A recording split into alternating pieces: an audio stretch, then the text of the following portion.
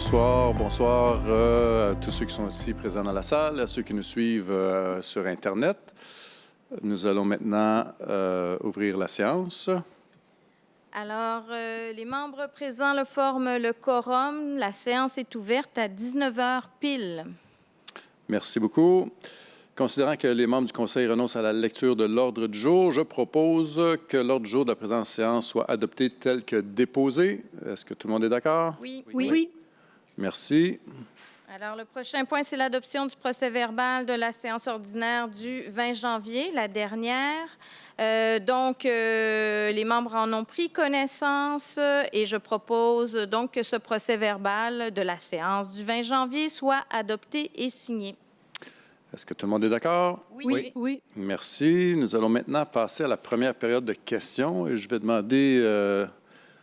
Oui, vous me regardez... On peut la garder pour la fin. C'est vrai. Première période de questions sur les sujets qui sont à l'ordre du jour. Je m'excuse. Est-ce qu'il y a des questions sur les sujets qui sont à l'ordre du jour dans la salle? Alors, je vous informe que cette séance est diffusée sur les réseaux sociaux. Je vous demande de vous nommer en vous présentant au micro. Bonsoir. Alain Lapointe. Bonsoir. Petite question concernant l'ordre du jour, là, naturellement. Là. Oui. Le point 6.1. Autorisation de participation assise 2026 de l'UMQ, M. Charles Meunier. Est-ce que, moi, je voudrais savoir les coûts associés à ça par la Ville? Oui, ça va être mentionné pendant l'adoption de la résolution, mais les montants, c'est de 890 plus taxes, plus les frais de déplacement. OK. Ça, il y a seulement qu'une partie des dépenses qui sont couvertes par la Ville, selon la loi. C'est une question? Non, mais c'est parce que je l'ai lu, je voulais juste vérifier que c'est vraiment ça, là. C'est le coût pour l'inscription, une inscription aux assises de l'UMQ et le c'est déplacement. payé totalement par la Ville.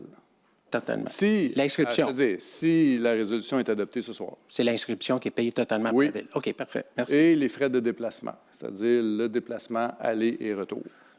Le X sous du kilomètre, je suppose. Ouais. OK.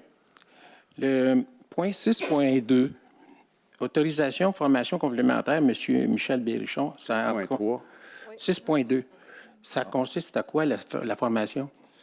C'est que chacun des élus peut faire des formations complémentaires à celles qui sont obligatoires. Cette formation-là est une formation, Madame la directrice générale, le titre exact de la formation, et on va la voir tantôt. On va la voir tantôt, mais je peux vous la nommer tout de suite. Oui, s'il vous plaît.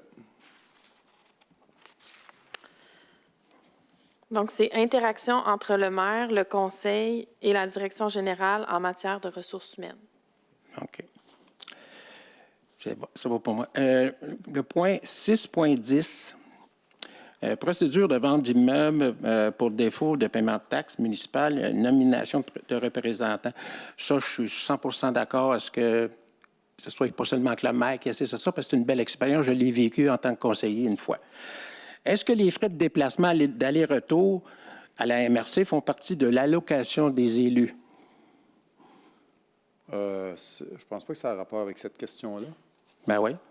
C'est parce que là, vous allez envoyer des gens là.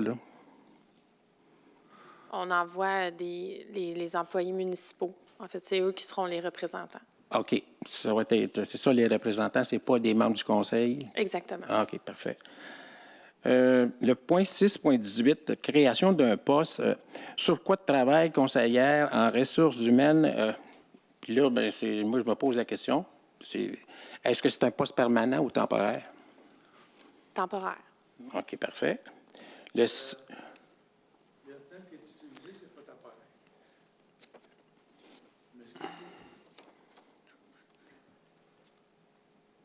Est-ce qu'on peut avoir une question, s'il vous plaît, juste pour qu'on puisse répondre? Bien, j'ai juste pas compris la question. Non, mais c'est parce que monsieur dit que le terme utilisé, c'est pas temporaire, mais dans le titre, je vois pas le terme auquel vous faites référence, mais vous viendrez poser votre question après, si vous voulez. Mais Parce que dans le titre, c'est c'est création d'un poste sur quoi travail, conseillère en ressources humaines. ouais, c'est ça, ressources humaines. Ressources humaines, tout simplement. C'est temporaire, 2 ans. D'accord. C'est juste pour spécifier, c'était pas Ça va être plus clair tantôt quand on va lire la résolution. Parfait, c'est bon. Le point 6.19, la création d'un poste sur quoi de travail chargé de projet, travaux publics et ingénierie. Encore une fois, est-ce que c'est un poste permanent ou temporaire? Temporaire. Parfait. Et le point 6.22, création d'un poste directeur des finances adjoint, est-ce vraiment nécessaire? Oui. C'est parce qu'il n'y en a jamais eu. Hein? Est-ce que vous allez, dans la résolution, vous allez justifier? Oui, on va justifier dans la résolution. Bon, parfait. Bien, je vous remercie. Bienvenue. Est-ce qu'il y a d'autres questions sur les sujets à l'ordre du jour, même si on en a passé plusieurs?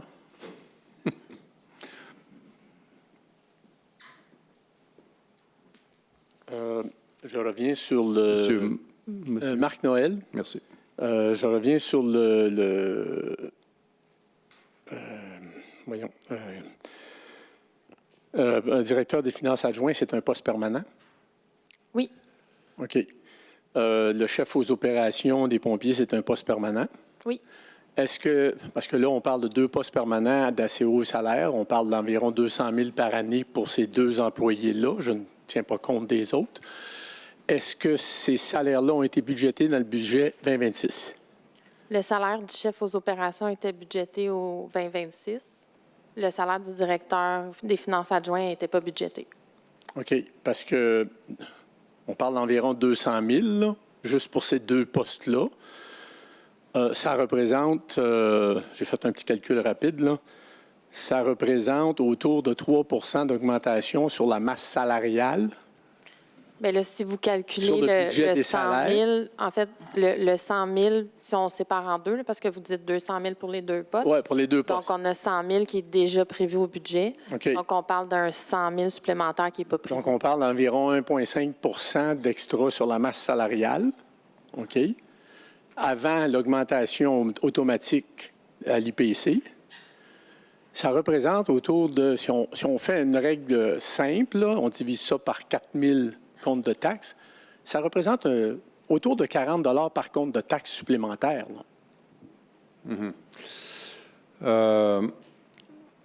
On a eu beaucoup de mouvements de personnel depuis le début de l'année, depuis le début du mandat, on pourrait dire. Là. Mais ce sont des nouveaux postes, ce ne sont pas des remplacements.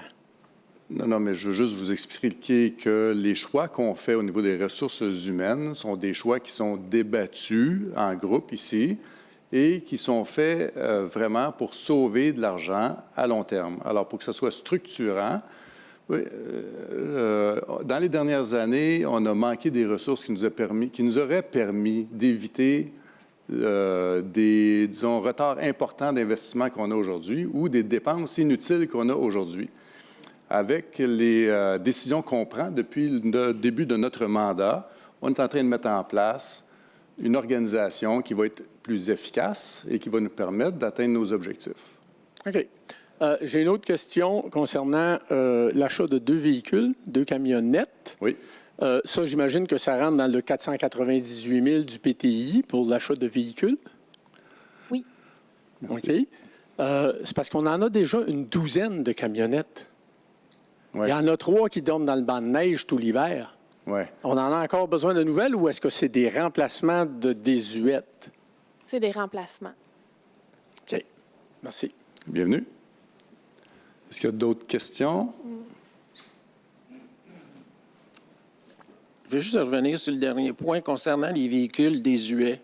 OK? Ils sont encore au garage municipal. Ils sont plaqués, ils sont assurés, puis il faut qu'ils passent l'inspection. Mais ça, c'est de l'argent là, inutile. Moi, je me souviens dans le passé que quand un véhicule on le changeait, on le remplaçait, mais on prenait le véhicule, le vieux véhicule, puis on l'envoyait au surplus gouvernemental pour être vendu.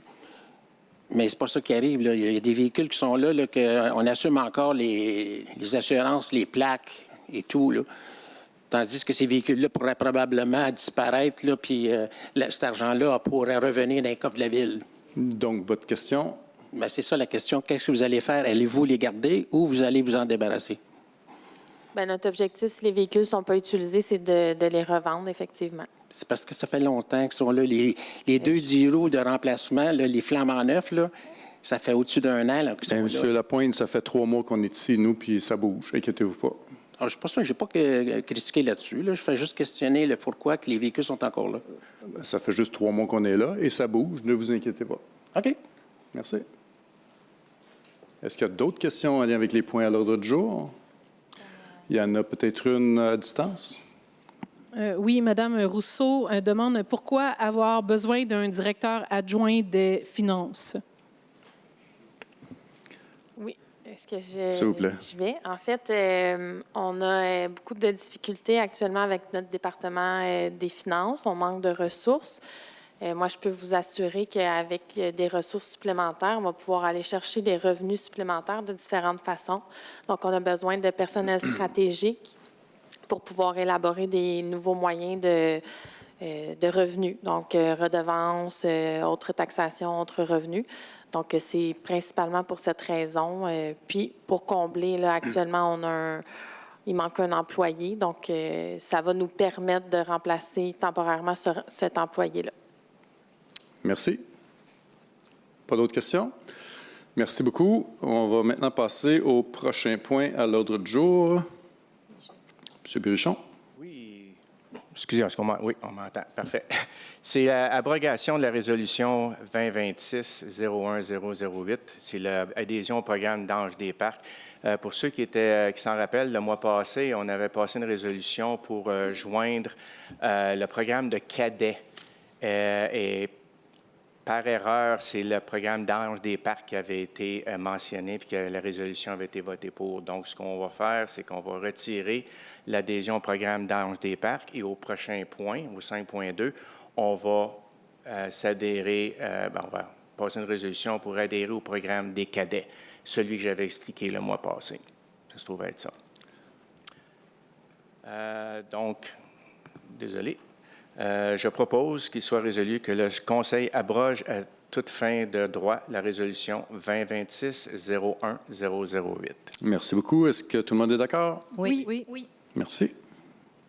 Bon, le 5.2, c'est ce que j'expliquais tantôt, c'est de se joindre au programme de cadets que j'avais expliqué le mois passé, qui vise à assurer une présence préventive et rassurance dans les parcs et espaces publics, aussi à favoriser la sécurité des citoyens, à promouvoir de saines habitudes de vie. Considérant que le programme contribue à la prévention, la sensibilisation et au rapprochement entre les citoyens et les services de sécurité, la recommandation du Conseil municipal de souscrire à ce programme pour l'année 2026 il est proposé par moi-même et résolu, qu'il soit résolu que le Conseil municipal adopte l'adhésion de la Ville de Rigaud au programme de cadets pour l'année 2026, d'autoriser le versement de la quote-part de la MRC de Vaudreuil-Soulanges au montant de 1 560 $, que la dépense soit financée par l'excédent non affecté, que la directrice générale ou en son absence, la greffière, soit autorisée à signer tout document requis afin de donner plein effet à la présente résolution. Et finalement, de transmettre une copie de la résolution à Mme Jennifer Bourgon de la MRC de Vaudreuil-Soulanges. Merci beaucoup. Est-ce que tout le monde est d'accord? Oui. Merci. Alors, appui au projet de boucherie certifiée C1 à Pointe-Fortune, ferme Pointe-Fortune. Donc, il s'agit d'autoriser finalement la demande de l'aide de soutien qui a été formulée par la boucherie. Je vais expliquer pourquoi est-ce qu'on a décidé de le faire, parce que c'est un projet vraiment structurant à l'échelle de la région à plusieurs égards. D'abord parce que le développement de la filière agroalimentaire locale, notamment en facilitant la transformation et la mise en marché de produits régionaux de proximité, est un avantage pour les citoyens de Rigaud également, que ça limite les déplacements hors région, parce que pour l'instant, le seul commerce équivalent se situe à Saint-Louis-de-Gonzague, dans la MRC de Beauharnois-Salaberry. Donc ça évite effectivement des déplacements. Ensuite, l'initiative a des effets positifs sur l'économie locale et régionale, ça dynamise le secteur agroalimentaire. Et ça a un caractère également collaboratif, parce que l'initiative, avant d'être lancée, il y a eu des démarches qui ont été effectuées auprès d'autres producteurs de la région. Donc, pour toutes ces raisons, je propose, et il est résolu, que le conseil municipal de la ville de Rigaud exprime officiellement son appui au projet de boucherie certifiée C1 porté par la ferme de Pointe-Fortune, que la ville de Rigaud encourage les instances concernées à accorder une attention favorable à ce projet structurant pour le développement agroalimentaire régional, que donc le maire soit autorisé à signer la lettre d'appui au projet et qu'une copie de la présente résolution ainsi que de la lettre soit transmise au porteur du projet. Merci beaucoup. Est-ce que tout le monde est d'accord? Oui. Oui. Merci. Le point suivant. Non, c'est M. Berrichon. Vas-y, Michel. C'est la cession du lot 6 610 731 au ministère des Transports et de la Mobilité durable. Il y a ceux qui passent sur la 201 en direction pour aller à Sainte-Marthe ou bien Saint-Clair connaissent le pont de la rivière Raquette. Ce pont-là a besoin d'être refait et pour ce faire, le ministère des Transports a besoin d'acheter une portion d'un lot qui appartient à la ville pour pouvoir faire les travaux de réfection. Donc, cette résolution, c'est pour permettre le ministère des Transports d'acheter ce lot, tout simplement. Donc, par conséquent, je propose qu'il soit résolu d'autoriser la cession du lot 6 610 731 du cadastre du Québec au ministère des Transports et de la Mobilité durable, d'autoriser le maire ou en son absence la mairesse suppléante et la greffière ou en son absence la greffière adjointe à signer tous les actes, documents et ententes nécessaires à la réalisation de cette cession. Merci beaucoup. Est-ce que tout le monde est d'accord? Oui. Merci. Le point suivant, c'est la participation de Charles Meunier à la 104e édition des Assises annuelles de l'UMQ. Alors, nous avons, le 20 janvier dernier, eu une résolution d'adhésion à l'UMQ. La rencontre annuelle, les assises annuelles auront lieu à Québec du 13 au 15 mai. Charles Meunier nous y représentera.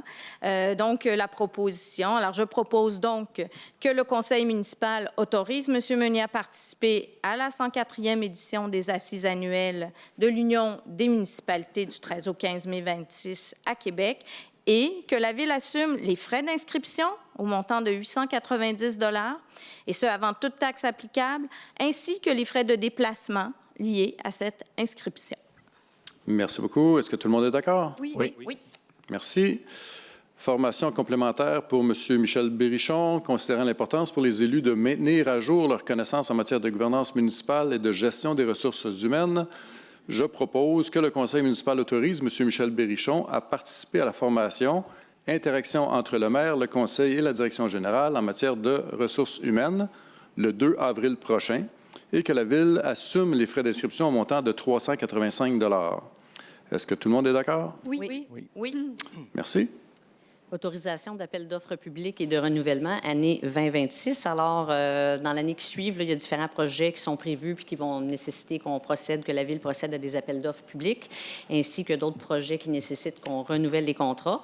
Alors, la résolution vise à autoriser l'administration à lancer les procédures d'appel d'offres publics et autoriser les renouvellements. Mais la décision finale, là, quant à l'acceptation de ces offres-là, évidemment, les élus vont être mis au courant quand les soumissions vont être ouvertes et suite aux recommandations de la direction générale là, pour l'acceptation des différents projets.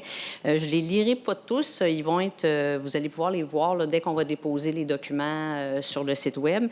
Mais grosso modo, c'est pas mal tout ce qui était au plan triennal d'immobilisation.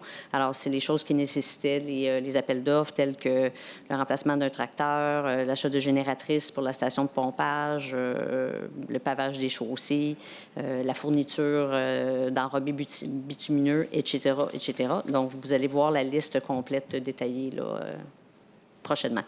Donc, je propose d'autoriser l'administration de la Ville à procéder au lancement d'offres d'appel public. Je ne les lirai pas trop parce qu'il y en a 2 pages. Merci beaucoup. Oui, d'accord. Merci. Est-ce que tout le monde est d'accord? Oui. Merci beaucoup. Donc, je dépose le rapport du mois de janvier 2026 quant à l'exercice des pouvoirs délégués prévu par le règlement numéro 415-2025 relatif à la délégation d'autorisation de dépenses et de certains pouvoirs. Merci beaucoup. M. Berrichon.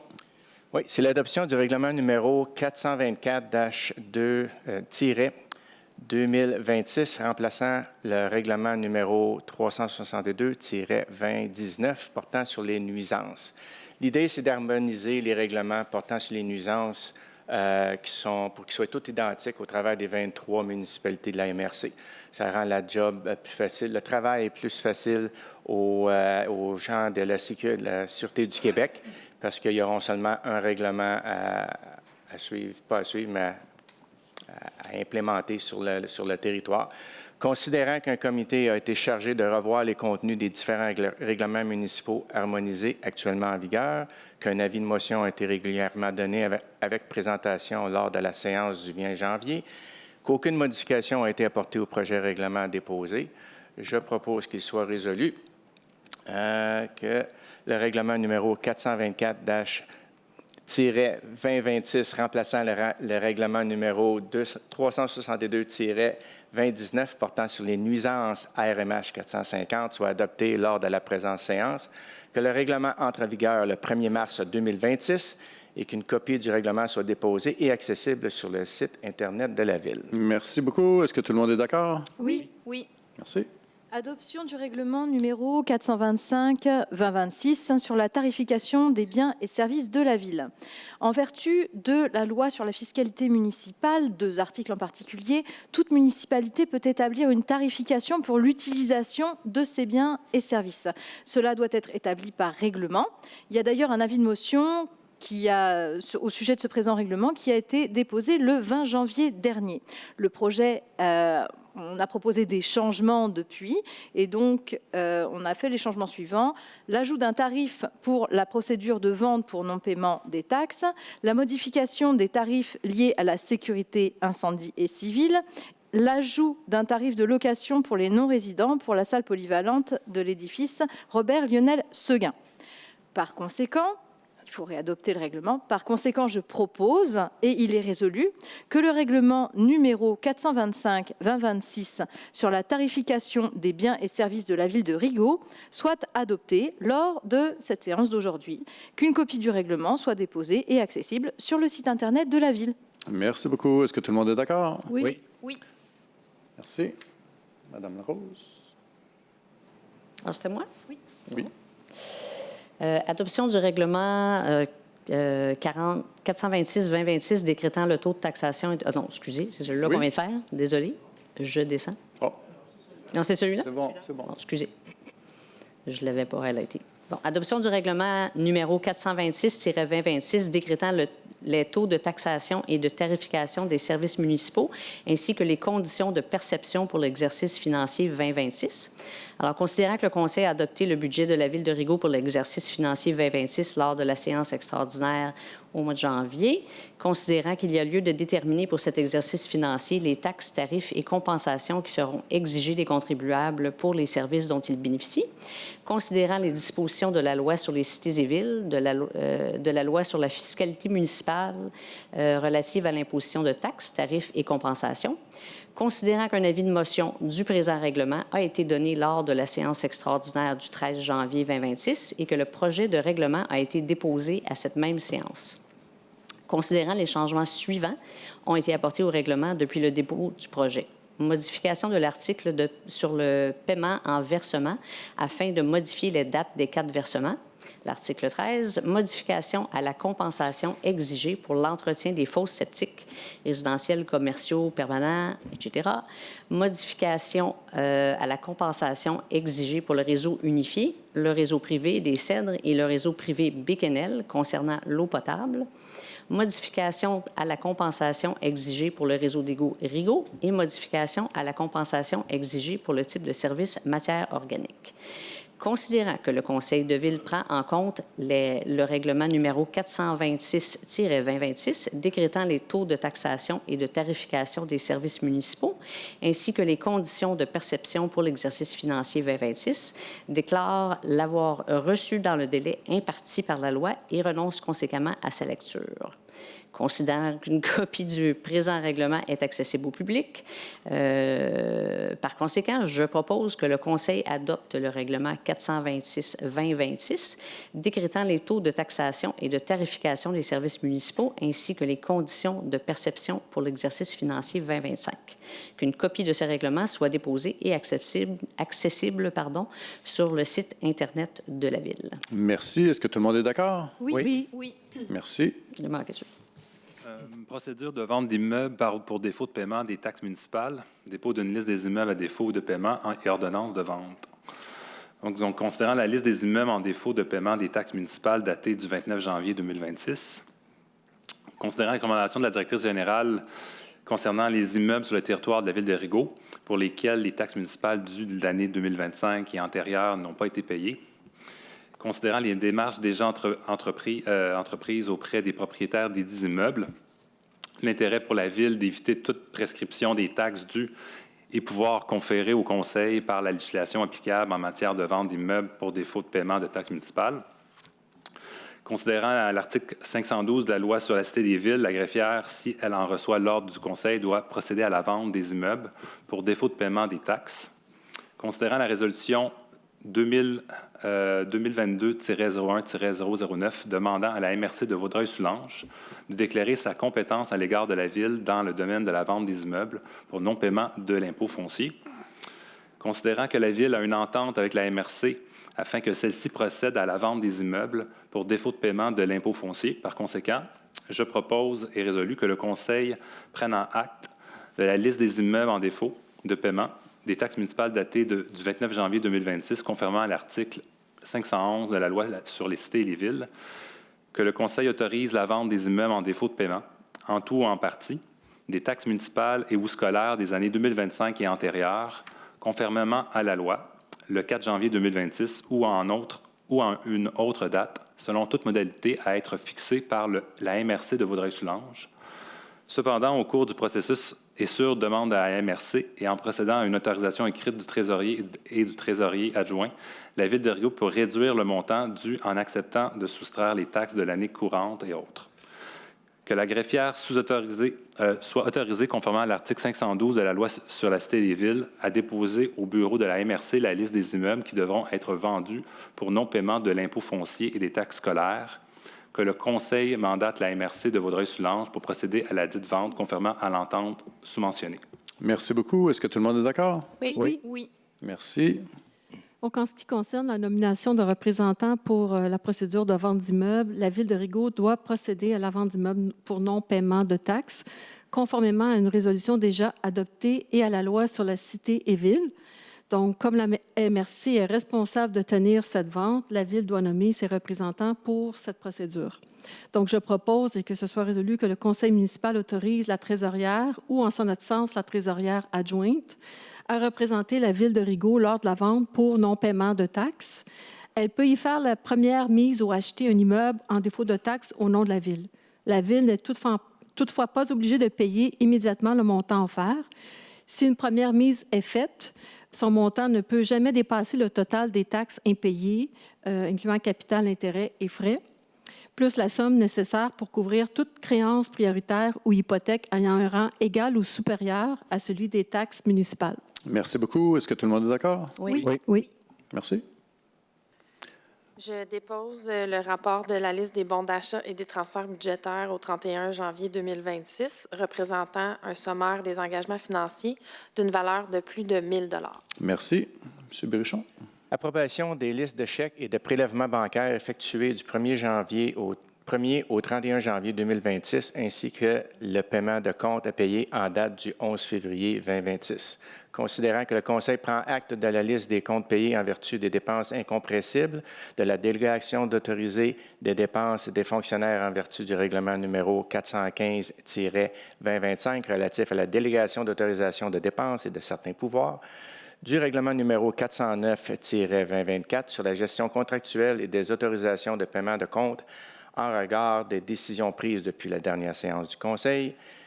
Et je propose qu'il soit résolu que la liste des chèques et prélèvements bancaires effectués du 1er au 31 janvier 2026 pour les dépenses particulières de janvier 2026, totalisant 1 092 284 294,65 soit adopté et que le paiement des comptes à payer du 31 janvier énumérés dans les listes en date du 11 février 2026 totalisant 183 423,64 soit autorisé. Merci. Est-ce que tout le monde est d'accord? Oui. Merci. Alors, on est rendu aux affectations qui sont liées au budget 2026. Donc, on a tenu une séance extraordinaire le 13 janvier pour adopter le budget. Il y a là des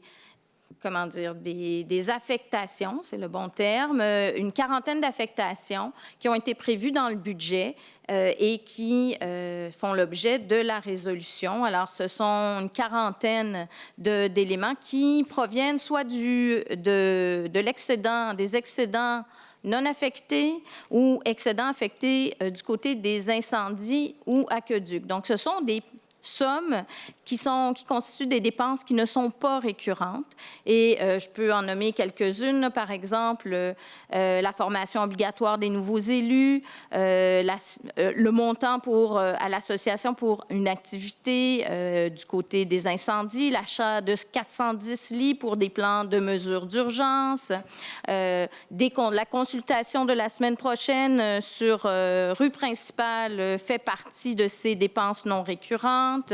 Il y a de l'argent pour les parcs, le stationnement pour les ateliers municipaux qui n'a pas été asphalté. Donc, il y a toute une série, une quarantaine d'éléments qui sont des affectations. Donc, je propose qu'on procède aux affectations. Merci beaucoup. Est-ce que tout le monde est d'accord? Oui. Merci. C'est encore moi. On entre dans la section sur les ressources humaines et une série de postes. Les premiers, alors il s'agit, j'y arrive, dans la gestion du personnel, de mouvement de personnel en janvier 2026. Il y a donc mouvement de personnel à 4 postes. On parle de 4 postes temporaires. L'embauche, donc, de 3 employés, opérateurs d'usines remplaçants, agents de service aux citoyens, adjointes administratives. Donc, l'embauche de 3 membres du personnel temps plein temporaire, ainsi qu'une fin d'emploi pour un opérateur d'usine remplaçant. Donc, je propose qu'on ratifie l'embauche et la fin d'emploi que je viens de mentionner. Merci beaucoup. Est-ce que tout le monde est d'accord? Oui. Merci. Gestion du personnel, embauche adjointe à la direction. Considérant que la Ville de Rigaud souhaite pourvoir le poste d'adjointe à la direction générale afin d'assurer le soutien administratif, la coordination des dossiers et le bon fonctionnement des activités liées à la direction générale. Considérant le processus de sélection a été effectué et qu'une candidate s'est démarquée lors des entrevues, soit Mme Caroline Hull. Par conséquent, je propose de procéder à l'embauche de Mme Caroline Hull à titre d'adjointe à la direction, et ce, à compter du 23 février 2026, que les conditions de travail applicables soient celles prévues au manuel des employés non syndiqués, ainsi qu'à son contrat de travail, d'autoriser la directrice générale à signer le contrat de travail et d'autoriser l'administration municipale à prendre toutes les mesures nécessaires à la mise en œuvre de la présente résolution, incluant les aspects budgétaires et administratifs requis. Merci beaucoup. Est-ce que tout le monde est d'accord? Oui. Alors, Merci. toujours, dans la gestion du personnel, on procède à l'affectation temporaire prolongée d'une employée à titre d'inspectrice en urbanisme et environnement. C'est quelqu'un qui, à l'origine, a été embauché temporairement pour remplacer un départ, une absence, jusqu'au retour de cette absence-là. Mais il y a des besoins importants au service de l'urbanisme et donc on recommande de prolonger le remplacement jusqu'au 31 mai pour s'assurer que les activités soient faites dans la continuité. Donc, je propose, à la suite de la recommandation de la Direction générale, de continuer l'affectation temporaire de l'employé 13-007 afin d'assurer la continuité des activités opérationnelles du service d'urbanisme jusqu'au 31 mai 2026. Merci beaucoup. Est-ce que tout le monde est d'accord? Oui. Merci. Gestion de personnel suivi de la résolution 2020-08-192, complétion d'études de l'employé numéro 61-0004 au service de l'urbanisme. Cette résolution-là, en fait, c'est cet employé-là qui a complété avec succès l'ensemble des cours qui avaient été prévus à une attestation d'études collégiales en inspection municipale, en bâtiment et en environnement qui totalisait 375 heures. Et l'employé a satisfait pleinement aux exigences de la formation. Alors, je propose de confirmer que l'employé 61-0004 a respecté les conditions prévues à la résolution 2020-08-192, incluant le délai de complétion de ses études tel que prolongé en 2022 et de consigner par la présente résolution au dossier de ressources humaines de l'employé 61-0004. Merci. Est-ce que tout le monde est d'accord? Oui. Oui. Merci. En ce qui concerne la création d'un poste pour surcroît de travail, donc le service des ressources humaines fait face à une forte augmentation de travail et à plusieurs retards importants, notamment pour respecter de nouvelles obligations légales, gérer des dossiers complexes en relation de travail et préparer les négociations collectives de 2026. Cela inclut plusieurs tâches essentielles, politique interne, description de poste, processus RH, santé, sécurité au travail, gestion des relations de travail, accuse aussi également des années de retard. Donc, pour assurer une gestion conforme, rigoureuse et proactive, il devient nécessaire de créer un nouveau poste de conseillère en ressources humaines. La rémunération de cette nouvelle ressource n'est toutefois pas prévue au budget 2026. Je propose d'autoriser l'administration à créer, afficher un nouveau poste et former une petite équipe RH composée de conseillères principales et d'une conseillère temporaire pour 2 ans, afin d'assurer les opérations quotidiennes et de rattraper les dossiers importants. Également, de confirmer que cette nouvelle structure permettra une meilleure surveillance, une meilleure conformité aux lois, une gestion plus efficace des relations de travail et un bon transfert des connaissances. Également, d'utiliser l'excédent budgétaire de l'administration pour payer la rémunération de cette ressource pendant son contrat. Et je propose de prendre toutes les mesures nécessaires, autant budgétaires qu'administratives, pour appliquer cette décision. Merci beaucoup. Est-ce que tout le monde est d'accord? Oui. Merci. Création d'un poste temporaire surcroît de travail chargé de projets de travaux publics et ingénierie. Comme on le sait, il y a beaucoup de retard dans la réalisation des projets municipaux. Puis les nombres de projets et leur complexité excèdent la capacité actuelle des ressources que nous avons. Donc, ajouter une ressource à nos effectifs va permettre un meilleur suivi, une meilleure coordination et exécution aussi qui va être plus efficace. Le poste est de nature temporaire, soit 2 ans, et vise à diminuer le retard accumulé. Donc, je propose qu'il soit résolu d'autoriser l'administration à procéder à la création du poste et à un affichage d'un poste d'un chargé de projet temporaire spécialisé en génie civil pour un mandat de 2 ans, afin de reprendre le retard, assurer le respect des échéanciers établis et soutenir la réalisation efficace des projets municipaux, le tout selon les conditions déterminées par l'administration. De confirmer que cette structure favorise une meilleure vigie, une conformité accrue aux exigences législatives et une gestion plus efficace des projets, tout en assurant une stabilisation de la planification de ceux-ci à long terme. D'autoriser l'administration à utiliser l'excédent affecté administration au paiement des sommes nécessaires à la rémunération de la ressource pour la durée de son contrat, d'autoriser l'administration municipale à prendre toutes les mesures nécessaires à la mise en œuvre de la présente résolution, incluant les aspects budgétaires requis. Merci beaucoup. Est-ce que tout le monde est d'accord? Oui. Merci. En ce qui concerne la création de postes au département de services de sécurité incendie, le service de sécurité incendie fait face à une hausse importante de responsabilités et à des dossiers de plus en plus complexes. Il devient nécessaire d'assurer un encadrement solide des pompiers à temps partiel, de maintenir un haut niveau de compétences et de respecter les normes réglementaires. Donc, pour garantir une gestion opérationnelle efficace et conforme aux meilleures pratiques, la création d'un poste permanent de chef aux opérations est jugée essentielle.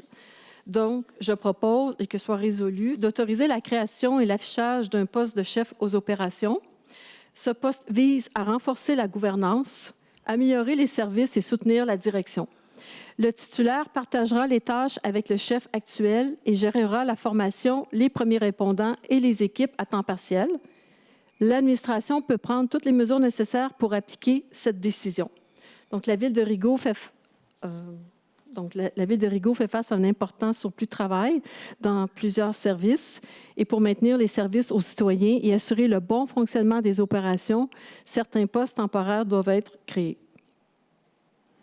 Oui. Je suis trop loin.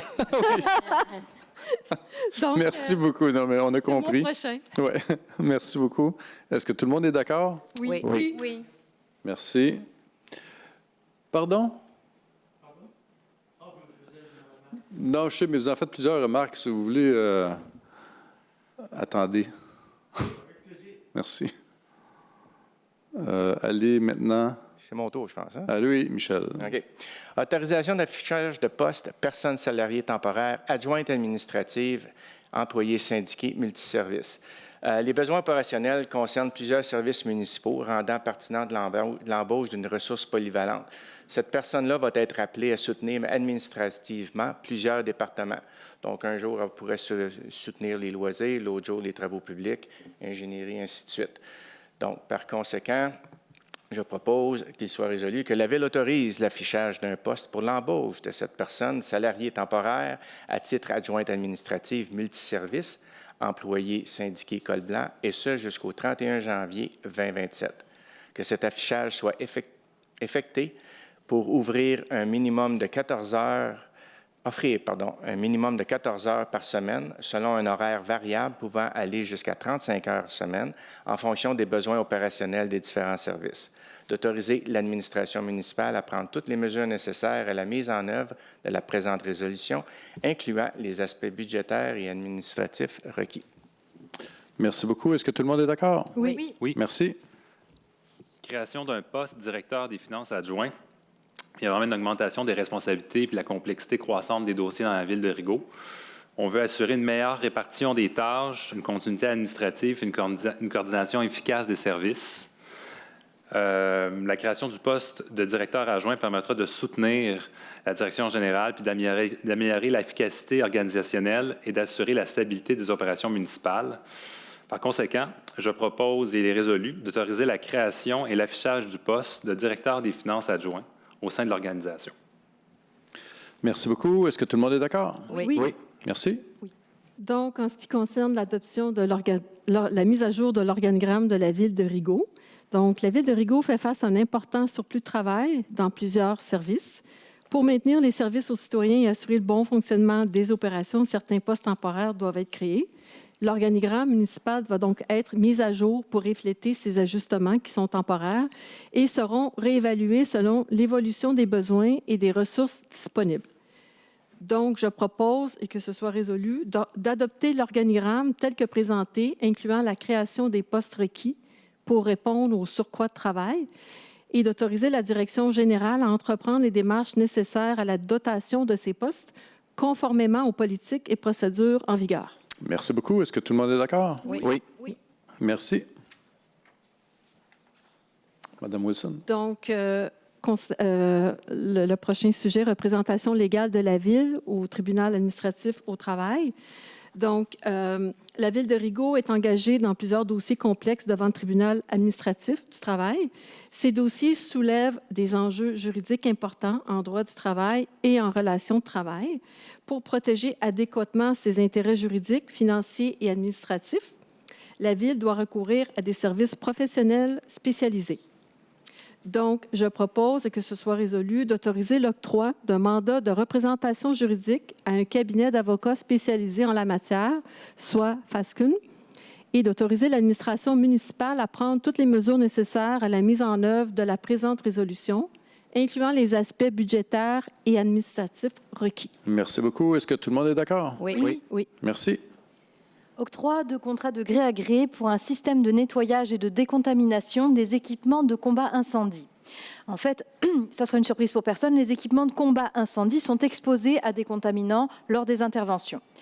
Les méthodes actuellement utilisées ne permettent pas une décontamination complète et adéquate des équipements en vigueur. Il y a des nouvelles pratiques qui sont plus efficientes.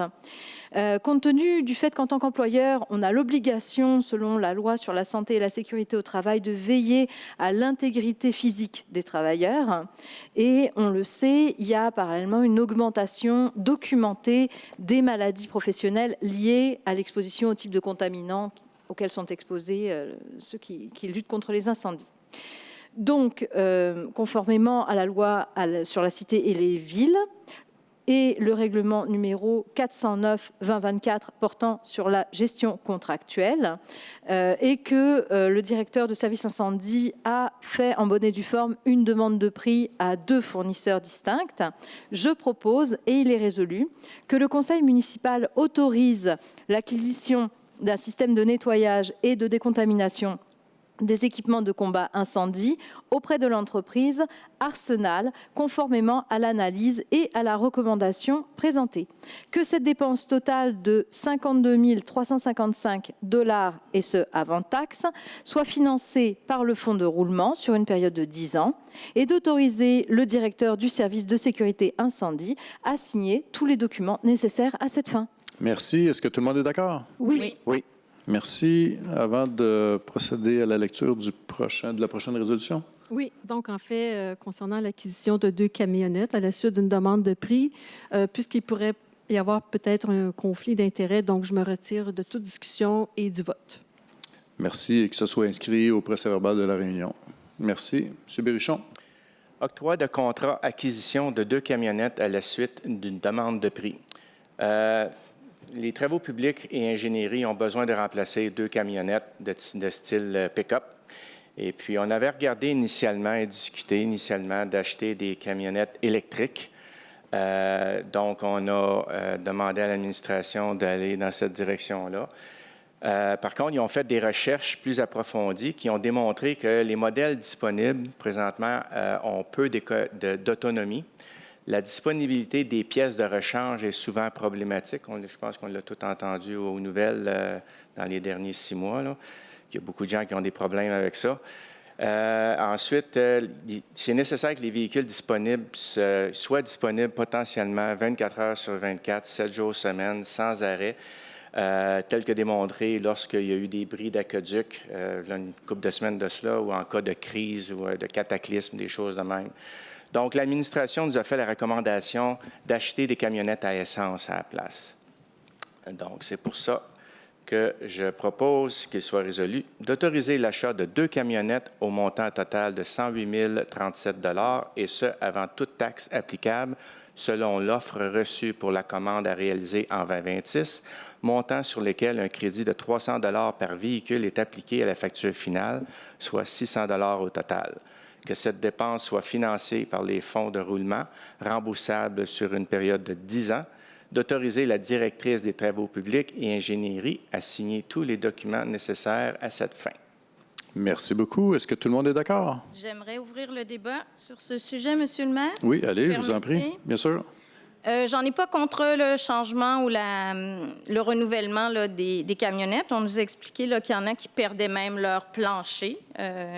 Ça me semble des enjeux de santé, sécurité à la base.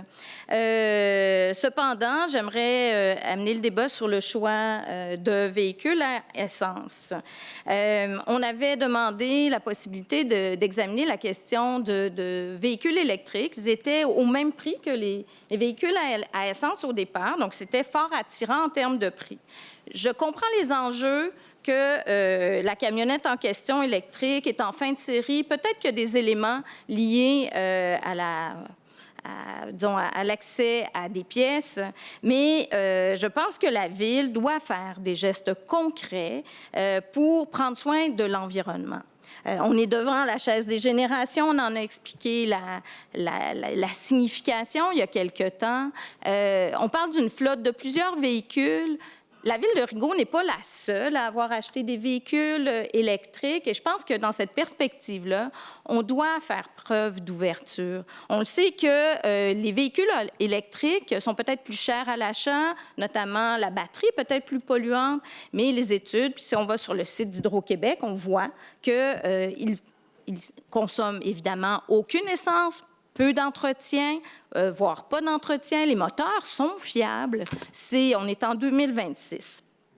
Les effets sur la ville, sur les finances, sont importants. Réduction des coûts de carburant, d'entretien, pas de filtre, pas de bougie à changer. C'est zéro émission. On le sait que dans notre MRC, les émissions sur le transport, c'est 76 %. C'est le transport qui est le plus polluant, alors qu'au Québec, c'est 42 %. Alors, moi, je plaide pour l'achat de véhicules électriques et c'est la raison pour laquelle je ne serai pas d'accord avec l'achat de véhicules à essence. Merci. Merci à vous. Est-ce que d'autres personnes veulent s'exprimer sur ce sujet-là? Bien, moi, j'abonde avec Caroline, dans le fond, au niveau des GES. Dans le fond, il y a énormément, dans le fond, de GES qui sont reliés au transport, comme elle a mentionné. Puis le secteur des transports, c'est relié à nos habitudes. Dans le fond, le pétrole, il est partout ici dans cette salle. C'est nos chaises, nos vêtements, le plancher, il y en a partout. Puis il faut faire des efforts, que ce soit tant les citoyens que la finance, que les gouvernements, évidemment les villes. Donc c'est pour ça que pour moi, c'est important de souligner quand même l'effort de la transition au niveau des énergies fossiles. On ne le dira jamais assez, c'est un défi titanesque, un défi même, je dirais, de l'humanité. Donc, je m'oppose aussi à cette résolution. Est-ce que quelqu'un d'autre parmi les élus veut s'exprimer? Oui, Mme Larose? Bien, je comprends les arguments de Caroline, de Élie. Je suis d'accord. Par contre, j'ai un penchant pour ce que les travaux publics suggèrent, étant donné qu'on a parfois besoin des camions vraiment 24/7. Puis je pense que l'électrique est peut-être pas tout à fait à point pour ça. Pour avoir des amis qui ont des voitures électriques, ils ont eu beaucoup de bris. Ça a pris des mois et des mois à recevoir les pièces. Donc, à cause de la particularité du besoin qu'on a pour les pick-up. Par contre, je pense que dans le futur, quand la ville aura besoin de véhicules, par exemple, pour les besoins de l'escapade, des camionnettes, des choses comme ça, je pense que l'application serait mieux. Puis qui sait, peut-être que dans 1 an, 2 ans, la technologie sera mieux, mais juste à cause du raisonnement sur pourquoi on a besoin des camions, malheureusement, je vais être d'accord avec je vais être d'accord avec la recommandation des travaux publics. Merci beaucoup. Oui, allez-y. Je vais y aller. Je comprends tout à fait la position de Élie, de Caroline. Je rejoins sur l'idée qu'il faut absolument faire quelque chose. On s'est engagé à faire quelque chose pour l'environnement. Le débat sur les voitures électriques versus essence, les batteries liées aux voitures électriques, je ne vais pas rentrer là-dedans. Je vais simplement dire que à terme, on va s'orienter vers quelque chose de plus durable.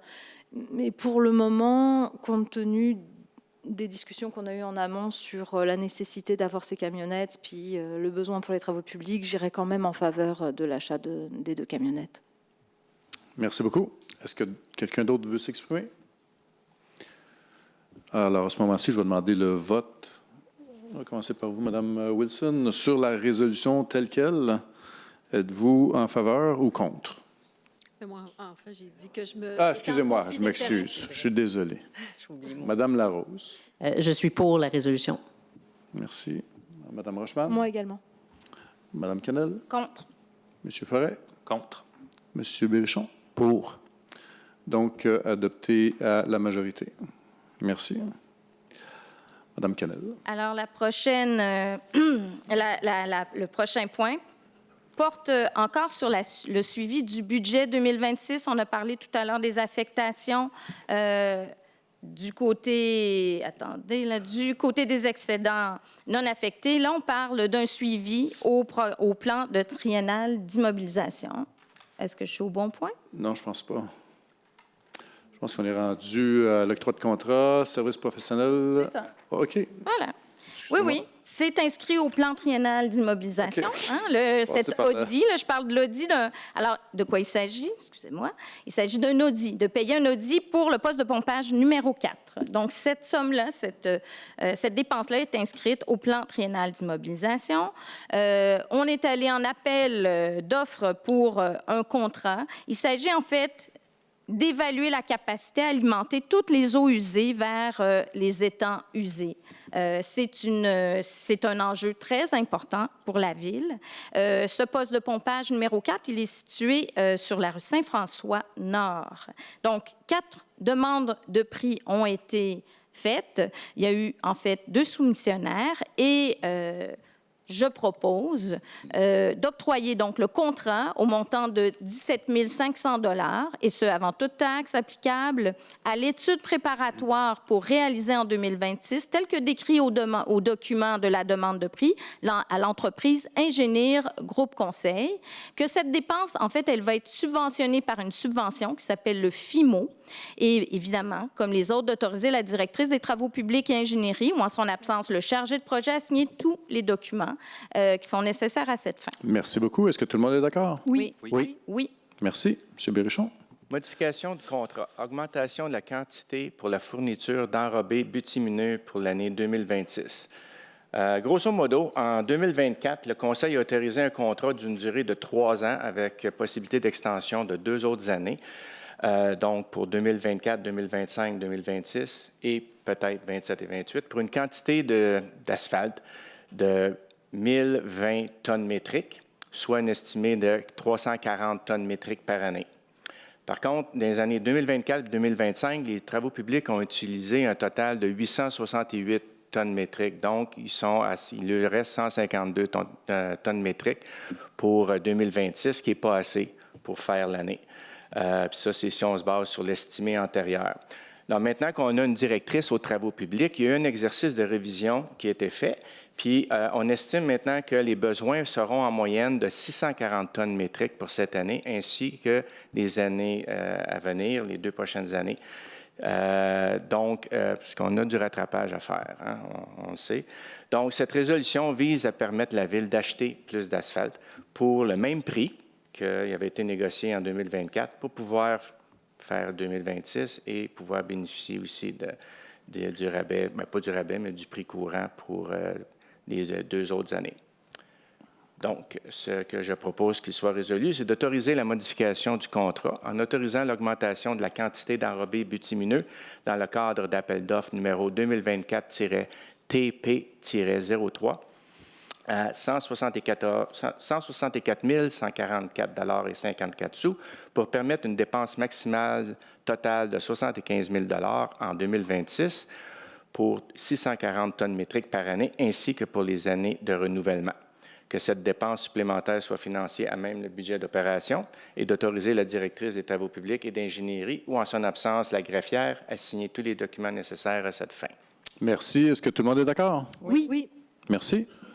Adoption du second projet de règlement numéro 275-32-2026, amendant le règlement de remplacement relatif au zonage numéro 275-2010 et ses amendements. Alors, on parle ici du projet qui visait à uniformiser l'application réglementaire pour le secteur des centres commerciaux en bordure de l'autoroute. Considérant que la procédure s'est déroulée comme il faut, c'est-à-dire qu'il y a eu un avis de motion le 20 janvier dernier, qu'il y a eu l'adoption du premier projet de règlement le 20 janvier également, que l'Assemblée publique a eu lieu le 5 février dernier. Il n'y a eu aucune modification entre le premier projet et le deuxième. Donc on dépose aujourd'hui finalement le second projet pour adoption. Et c'est ce que je propose, et qu'il soit résolu, que le Conseil adopte le second projet de règlement numéro 275-32-2026, amendant le règlement de remplacement relatif au zonage numéro 275-2010 et ses amendements, afin que cela soit adopté, qu'une copie du second projet de règlement soit déposée et accessible sur le site Internet de la Ville. Merci. Est-ce que tout le monde est d'accord? Oui. Merci. Alors, le point suivant, il s'agit, j'y arrive, c'est pas le zonage, je m'excuse, là, je cherche mon... Voilà, merci. C'est toi qui le faisais? Non, vas-y. Je vais. Il s'agit de l'ajout de travaux de recherche et de modélisation dans le cadre du projet PRAFI. Alors, le PRAFI, c'est un programme qui cherche à trouver des solutions à des enjeux qui sont liés aux inondations majeures. On le sait, il y en a eu à Rigaud en 2017, en 2019 et même en 2023 qui ont causé des évacuations. Le ministère des Affaires municipales et de l'Habitation a mis en place un programme, le PRAFI, de résilience et d'adaptation face aux inondations. La Ville a été présélectionnée dans le cadre du PRAFI. Et donc, il s'agit ici de bonifier l'étude qu'on vise. Cette étude-là, cette bonification, touche des interventions qui seraient envisagées prioritairement pour assurer un accès en zone inondable lors d'inondations pour réduire l'isolement des personnes qui restent en zone inondable et qui ne sont pas affectées. On pense au bas de la rivière, bien sûr. On pense aussi aux gens de la baie, à d'autres endroits là, dans la ville qui, ces personnes-là, doivent vivre des événements qui sont traumatisants. Alors, il s'agit d'une étude, de bonifier cette étude-là, de faire des modélisations, là, et bien sûr, les retombées, on cherche qu'elles soient positives pour la population de plusieurs secteurs de la Ville.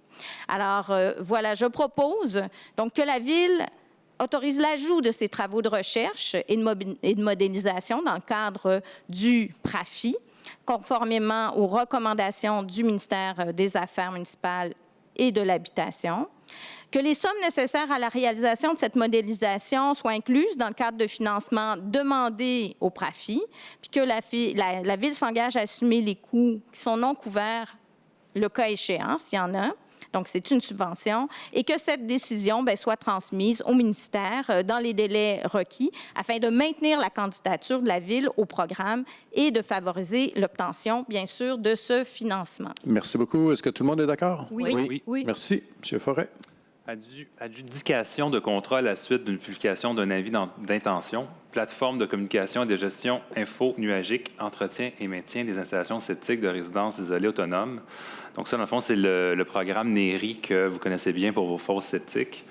Dans le fond, c'est le but, dans le fond, c'est de continuer avec la plateforme que vous connaissez déjà afin d'assurer, dans le fond, vos installations septiques, le maintien de vos installations sanitaires, des résidences isolées autonomes. Dans le fond, il y a eu une négociation qui a été faite, dans le fond, avec Eau-Claire, dans le fond, pour avoir un meilleur coût. Donc, ça, on en est content.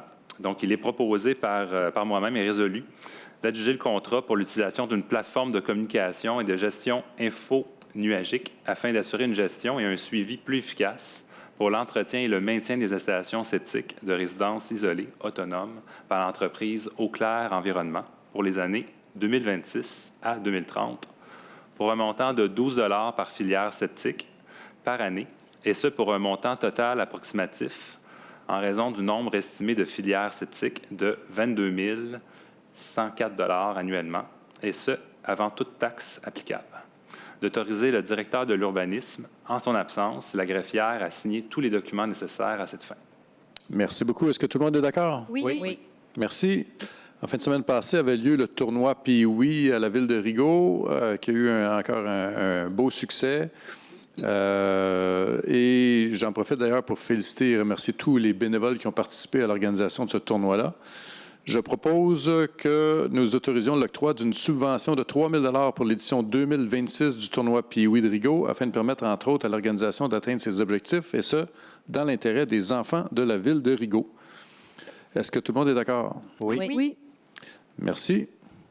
Autorisation de signature entente atelier de la boîte à surprise. Alors, si les gens ne connaissent pas ça, c'est une halte garderie qui existe, un OBNL reconnu par la Ville.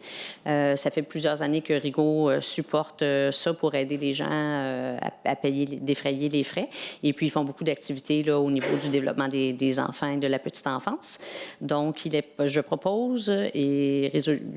proposé par moi-même et résolu que le conseil municipal autorise la signature d'une entente entre la Ville et l'atelier de la boîte à surprise relativement à l'octroi d'une subvention de 4 635 $ selon les termes et conditions établis à la dite entente, que le maire ou en son absence la mairesse suppléante et la greffière, ou en son absence, la greffière adjointe, soit autorisé à signer pour et au nom de la Ville la dite entente, ainsi que tous les documents requis pour en assurer l'application. Merci. Est-ce que tout le monde est d'accord? Oui. Merci. En lien avec la Maison des Jeunes, l'alternative de Rigaud, considérant que la Ville a octroyé une subvention annuelle de 47 000 à la Maison des Jeunes, l'alternative de Rigaud, à la séance du 20 janvier dernier, considérant qu'il y a lieu d'encadrer cette contribution financière par une entente précisant les modalités, obligations et responsabilités des parties, je propose donc que le Conseil municipal autorise la signature de cette entente-là et que le maire, ou en son absence la mairesse suppléante, et la greffière, ou en son absence la greffière adjointe, soient autorisés à signer pour et au nom de la Ville la dite entente, ainsi que tout autre document requis pour en assurer l'application. Est-ce que tout le monde est d'accord? Oui. Merci beaucoup. Ça m'a fin à cette partie de notre séance. On est maintenant rendu à la période de questions, à la deuxième période de questions allouée au public. Maintenant, je vais vous demander, Madame la directrice générale, de revenir sur les questions qui n'ont pas été répondues à la dernière séance. S'il vous plaît. Effectivement, je vais revenir sur la période de questions également du 9 décembre. Il y avait certaines questions qui étaient toujours en suspens. Donc, il y avait une question de Mme Sandra qui se demandait sur la montagne, il y a 2 belvédères et ils sont en mauvais état, aucune signalisation. À qui est la responsabilité? En fait, on en déduit, selon ce que Mme Sandra disait, il y a 2 installations. Nous avons, la Ville, une installation, donc on appelle le belvédère, donc qui est sous notre responsabilité. Là, on pense que la deuxième installation, c'est le ponceau qui appartient au sanctuaire de Lourdes. Donc, c'est, à notre avis, la deuxième structure là, dont Mme Sandra discutait.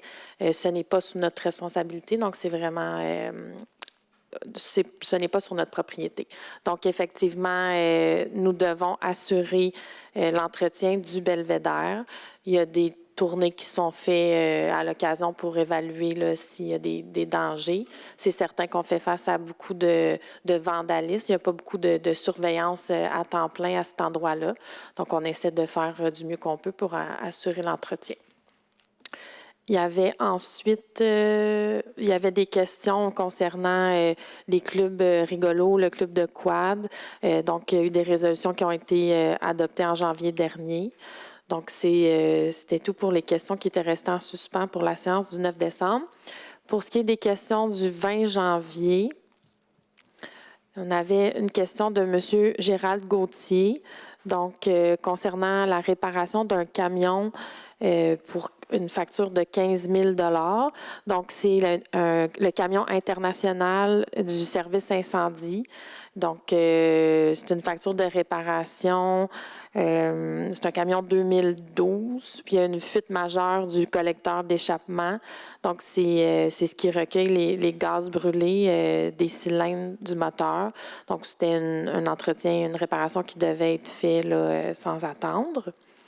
Le camion a quand même 14 ans, donc on essaie de l'entretenir du mieux qu'on peut. Ensuite, on avait une question de M. Marcel Christ qui demandait si les entrepreneurs étaient autorisés à mettre la neige dans les fossés sur le chemin de Lens. C'est une pratique courante de mettre la neige aux abords des chaussées lors des opérations de déneigement. Un fossé qui a une pente de drainage conforme qui n'est pas limité par la neige provenant du déneigement. Donc, c'est certain qu'il y a un filet d'eau qui peut toujours couler vers le fossé.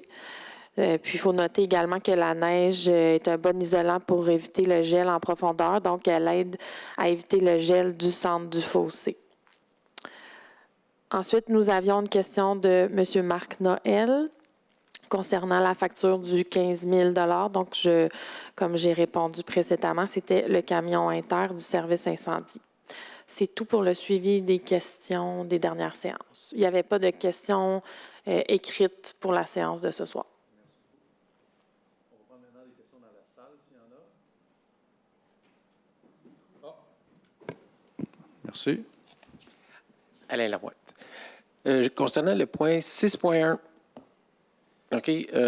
la session là, du lot là, pour le MTMD, Tu le sais toi aussi, Charles, que le MTMD, à un moment donné, il devait faire la réfection du ponceau. À un moment donné, il le faisait. Puis l'an passé, ils ont dit... Du pont. Excuse-moi, le pont.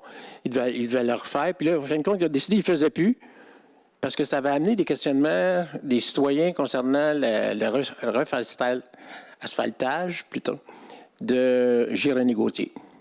Puis là, on ne le faisait pas à cause qu'il était pour détourner la circulation. Puis on ne fait pas quelque chose, comme à un moment donné, ils vont abîmer, puis on est obligé de... Bon. Là, ils reviennent à la charge. Est-ce que le MTMD a décidé de refaire le pont, là?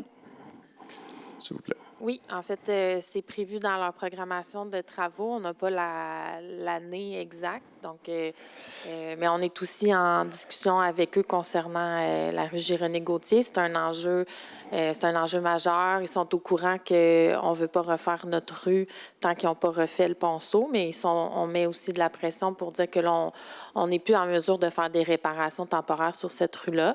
Donc, on a fait des demandes tout récemment là, pour qu'ils nous aident à payer une partie de la rue pour obtenir une rue qui aurait une fondation convenable pour recevoir le trafic de la 201. C'est des demandes qu'on a faites. On n'a vraiment pas de retour de leur part, mais sachez qu'on est très sensible à ce dossier.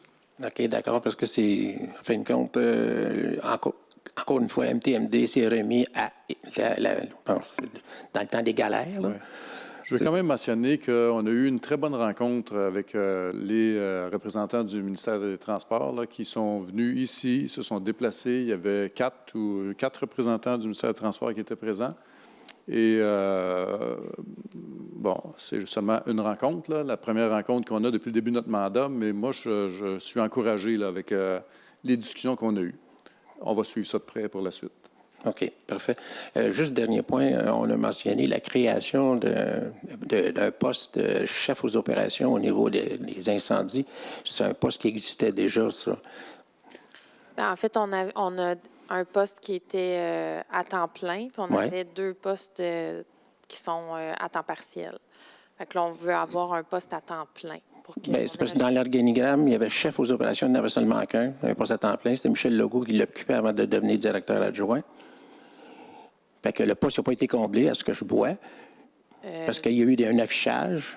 Non, c'est... Bien, en fait, l'organigramme, le dernier organigramme... 2025, il est là. Bien, il n'y a pas la quantité exacte ou la description exacte des chefs aux opérations, là, mais on avait un chef aux opérations à temps plein, deux chefs aux opérations qui étaient à temps partiel. Puis on demande un chef aux opérations à temps plein. En plus, ça veut dire un deuxième. Mais on a un chef aux opérations qui est à temps partiel, qui est en arrêt de maladie, bien, un arrêt prolongé. Donc, on a seulement en fait, on a un chef aux opérations temps plein, puis un chef aux opérations temps partiel qui travaille actuellement. Puis, on veut avoir un deuxième chef aux opérations à temps plein, qui va faire 35 heures semaine, qui va pouvoir aider l'autre chef aux opérations qui est là à temps plein. Bon, parfait. Merci. Merci, M. Lapointe.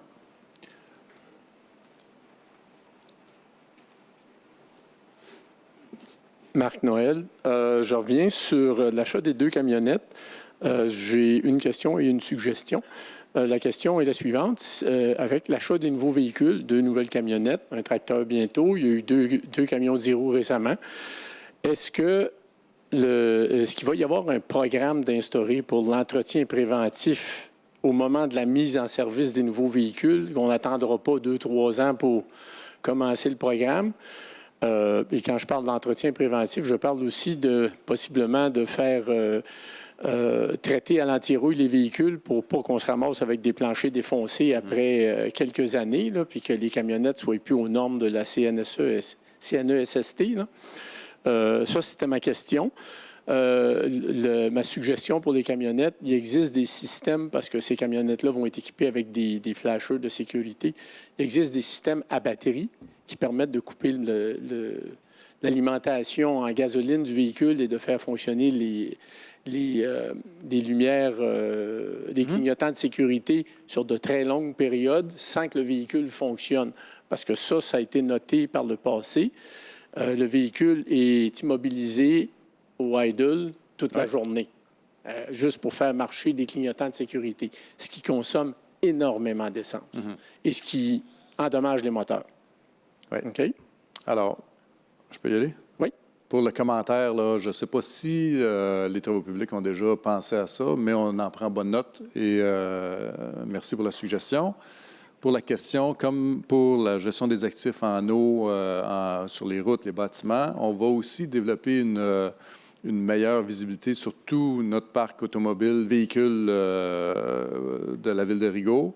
Et puis certainement qu'on veut entretenir nos actifs au mieux, là. Alors, est-ce que ça existe déjà ou ça va être mis en place? Je ne sais pas, mais ça va être une... Oui? Bien, avec l'arrivée récente de la directrice aux travaux publics, c'est certain qu'on a une meilleure vue d'ensemble sur toutes nos infrastructures. On développe des outils pour suivre ces infrastructures-là. On a adopté récemment l'achat de GPS, fait qu'on connaît davantage l'utilisation qu'on fait de nos équipements. Puis il y a des programmes d'entretien qui vont venir s'ajouter à ces données-là qu'on va recueillir. Comme M. Meunier disait, on est en cueillette de données actuellement, mais on garde en tête de mettre en place des programmes d'entretien. Okay. Est-ce que j'ai le droit de poser une deuxième question? Allez-y. C'est concernant le point 9.3, le contrat à Néry, à Eau-Claire Environnement.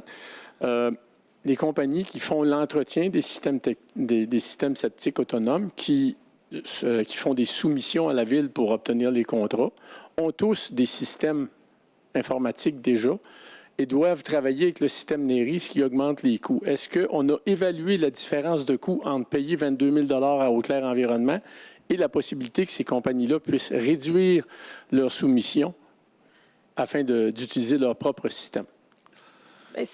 C'est qu'il n'y a pas seulement les systèmes tertiaires, les systèmes UV qui sont référencés dans la plateforme Néry. Il y a toutes les autres propriétés qui ont des fosses septiques régulières qui doivent venir ajouter leur rapport de vidange de fosses septiques, leur facture qu'ils doivent faire à tous les 2 ans ou à tous les 4 ans. Donc, c'est la majorité des utilisateurs, ce sont des gens qui ont des fosses régulières et qui ne passent pas nécessairement par les propriétés dont vous parlez, les propriétaires dont vous parlez. OK, merci. Merci à vous. Oh, une autre question dans la salle? Oui.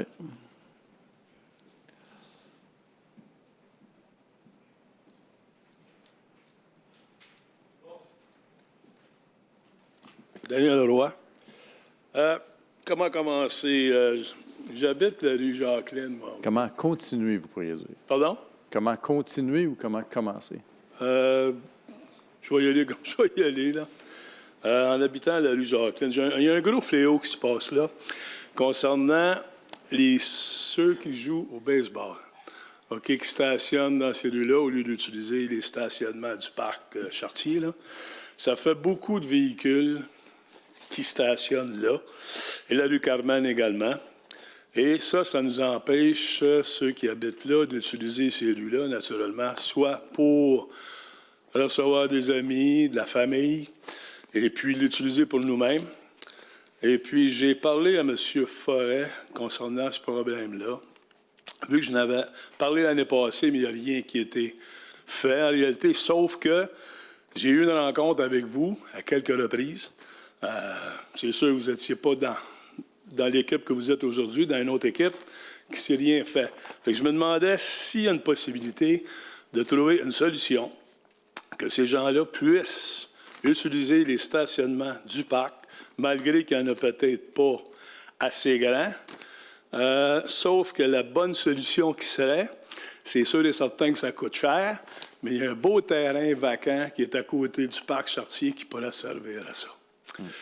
Alors, je le demande encore une fois, s'il y a une possibilité de trouver une solution pour que ces gens-là puissent utiliser des stationnements, parce que c'est dangereux. Il y a beaucoup de véhicules, même les 2 espaces verts, c'est à côté de véhicules, c'est du gazon. Je ne sais pas pourquoi on stationne là, en réalité. Et puis, lorsqu'il y a des tournois, mais c'est l'enfer. C'est du va-et-vient, ça rentre, ça sort. C'est dangereux. Oui. Merci, M. Roy, de revenir. Là. Je faisais un petit peu une blague là, au début, là, mais c'est surtout pour vous dire que votre dossier, vous en avez parlé beaucoup dans les 2 dernières années. Puis, je l'ai encore bien en tête. Je vais être très honnête avec vous. Depuis le début de notre mandat, on a été plutôt occupés là, à s'installer puis à adopter le budget le 13 janvier. On avait notre séance le 20. On est rendu maintenant à celle de février. Le printemps s'en vient. Les tournois approchent. Ça fait partie des sujets qui sont sur la table. Le terrain dont vous parlez, il y a une analyse qui doit être faite là, pour savoir comment est-ce que... c'est quoi la meilleure solution pour ce terrain-là, pour les citoyens de la Ville de Rigaud. On n'a pas de réponse à cette question-là aujourd'hui. Mais, et on est en train de démarrer tranquillement, mais sûrement les différents comités consultatifs où il va être question, entre autres, de ce sujet-là. On n'a pas de nouvelles réponses pour vous aujourd'hui, mais je suis content que vous soyez là pour en parler parce que ça ajoute aux informations que les nouveaux élus ont besoin d'avoir pour qu'on ait des discussions qui soient qui nous permettent d'arriver à une solution. Là. Mais je suis très conscient de votre enjeu. On s'en est déjà parlé. J'ai pu constater moi-même. Là. Alors, je vous invite à continuer d'être patient et mais nous revenir là-dessus si on ne vous revient pas avant. Ah, je m'entends. C'est sûr. Je vous remercie beaucoup, en espérant qu'il n'arrive pas d'accident, que personne ne se fasse frapper, Ouais. parce qu'il y a plus de véhicules là qu'il y en a sur Saint-Jean-Baptiste, 7 jours sur 7. Là, À partir de quand encore? Disons que ça part mai, aller jusqu'à octobre, puis de 17h à 23h, du lundi au vendredi, puis les fins de semaine aussi. Puis lorsqu'il y a des tournois, ça fait beaucoup de véhicules. Ouais. Quand je dis beaucoup de véhicules, là, 100 véhicules, là, c'est beaucoup. Pour 2 petites rues, puis nous, ben, on ne peut pas s'en servir. C'est plate à dire, plus il y a beaucoup de piétons aussi. J'aimerais ça réagir à ce que vous dites, là, justement, juste pour qu'on puisse, dans le fond, là, au moins retourner toutes les pierres. T'sais, regardez, exemple, si avec les clubs de baseball, voir s'il n'y a pas moyen qu'ils aillent sur les rues plus près, exemple la rue Champagne, qui ont juste un petit peu à marcher pour diluer finalement le trafic, avant d'arriver sinon à de la signalisation ou des vignettes. C'est juste qu'on regarde tout ce qui est possible avec la ville de faire, parce que comme vous l'avez mentionné, c'est pas normal d'avoir des véhicules qui sont des 2 côtés comme ça. Ça permet pas de voir lorsqu'on circule sur la rue, s'il y a un enfant, par exemple, qui traverse la rue. C'était un côté, pour moi, ça peut aller, mais 2 côtés, je trouve ça un peu intense aussi, comme vous dites. Donc, on va regarder ça là, avec la Ville, là, qu'est-ce qui est possible de faire au niveau là, de cette nuisance-là. En espérant. Merci Oui. beaucoup. Merci, M. Roy. All right. M. Lapointe. Oui, j'ai une dernière question. C'est concernant les fameux comités là, que les citoyens ont pu appliquer. Oui. Est-ce que les comités ont été formés? Est-ce que les gens ont été avisés? Est-ce que... Non, pas encore. D'ailleurs, merci de poser la question. Là. J'en profite pour dire à tous ceux qui ont soumis leur candidature, là, ceux qui nous écoutent, si vous n'avez pas reçu de nouvelles encore, c'est parce qu'on n'est pas rendu à ce comité-là. Tous les comités vont être formés un après l'autre. On a commencé avec le CCU, on travaille sur un 2e en ce moment. Il va en avoir ensuite un après les autres. Et tous ceux qui ont déposé leur candidature vont être informés d'une manière ou d'une autre. Parfait. Merci beaucoup. Je vous en prie. Est-ce qu'il y a des questions en ligne? Oui, s'il vous plaît. Ah, M. Morissette. Oui. Bonsoir. Moi, je voudrais faire un commentaire dans le sens positif des choses. Premièrement, ce soir, je suis très heureux que vous répondiez aux questions antérieures des autres assemblées. On se souvient que parfois, il y avait des questions, mais c'était sans réponse. Tandis que là, merci à Mme Audrey. Je pense que vous avez donné suite. C'est une très bonne chose. Deuxième fleur, en attendant le pot. Aussi, je dois souligner que vous avez beaucoup amélioré la présentation, ce qu'on appelle le soutien visuel. Donc, merci à Mme Primo. Maintenant, j'aurais aborder la séance ce soir avec beaucoup d'interrogations en tout ce qui concerne les ressources humaines. Et une chose que je réalise présentement, c'est qu'il y a un poste extrêmement important, prioritaire, vital, je ne trouve plus d'autres qualificatifs, en ce qui concerne les ressources humaines.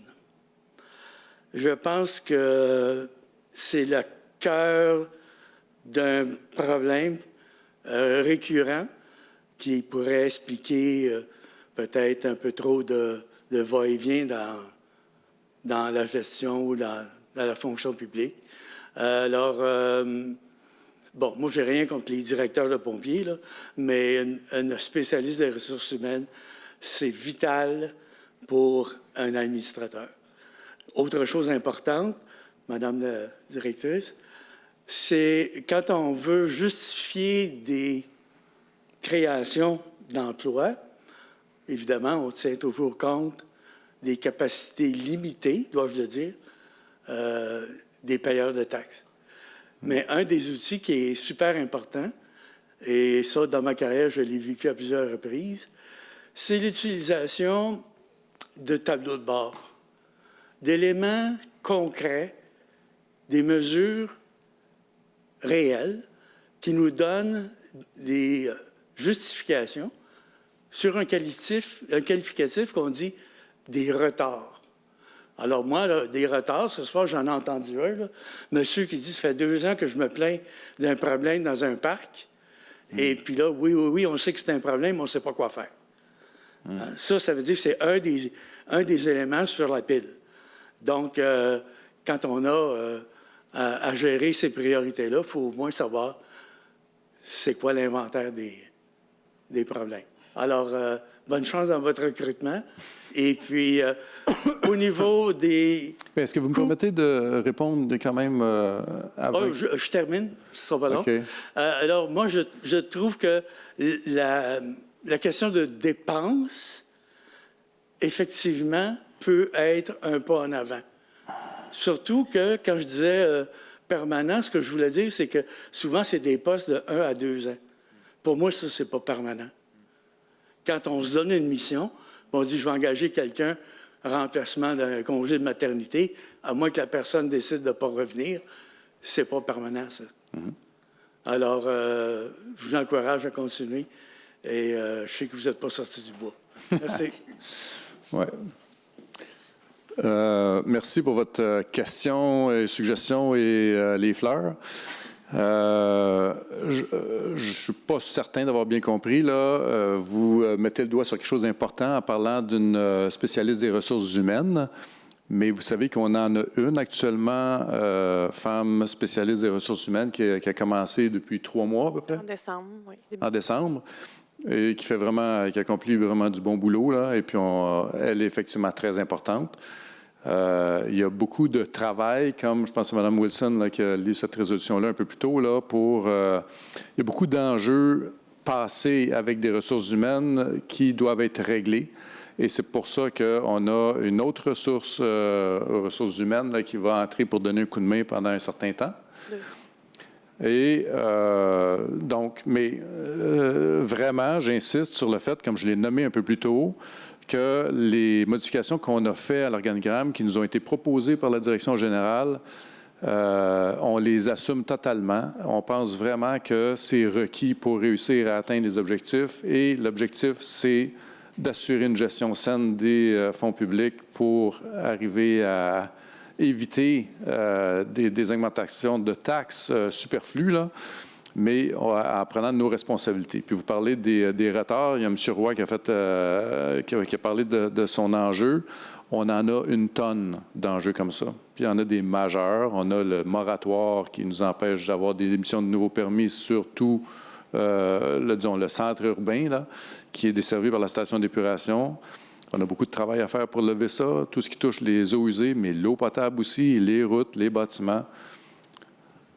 Oui, on n'est pas sorti du bois. Une chance qu'on aime ça, le bois. Et puis, on essaie de faire au mieux pour les citoyens de Rigaud. Soyez-en assurés. Oui, on va prendre... Est-ce qu'il y a d'autres questions? Oui, s'il vous plaît, en ligne. Oui, François Vallière, 2 questions. Est-ce que le changement 425-2026 affecte le coût de location de la salle pour les citoyens de Rigaud? Quel changement pour les frais, pour les camps de jour et pour les services d'incendie?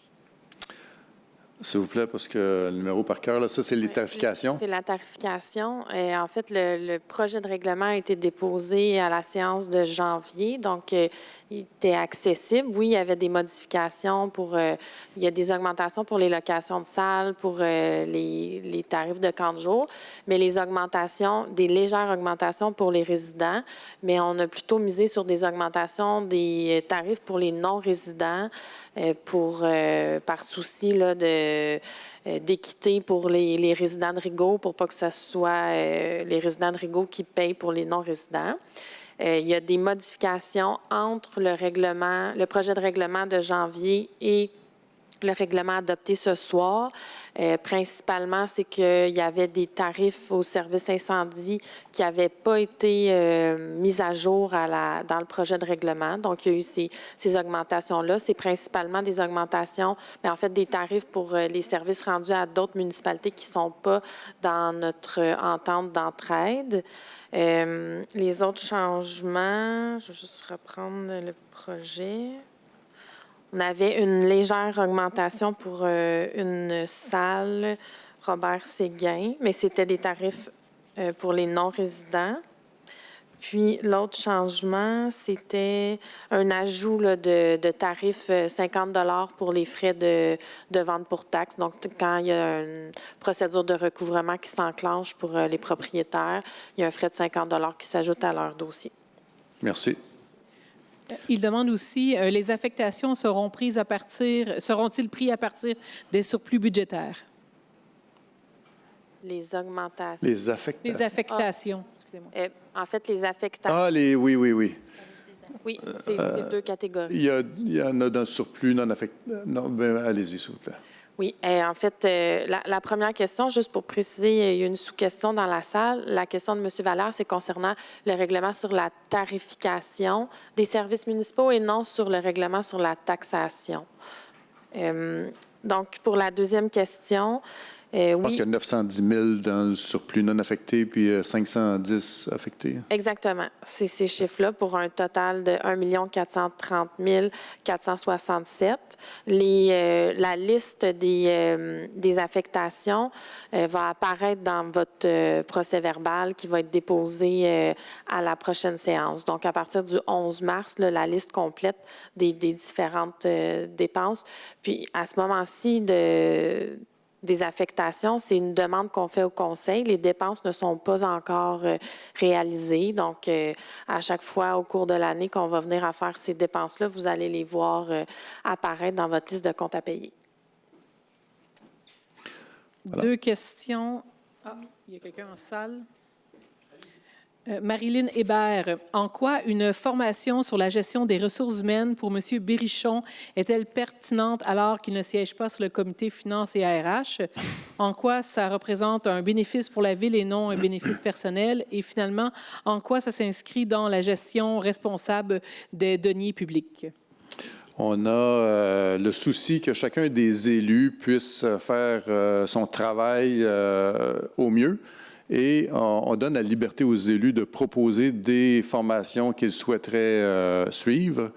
Et puis, évidemment, en autant que ça rentre dans le cadre du rôle et des responsabilités d'un élu, jusqu'à une certaine limite, là, montant d'argent, bien, on va aller de l'avant avec ces formations-là pour garder autant que possible une bonne compétence là, au niveau de cette job-là qui est pas...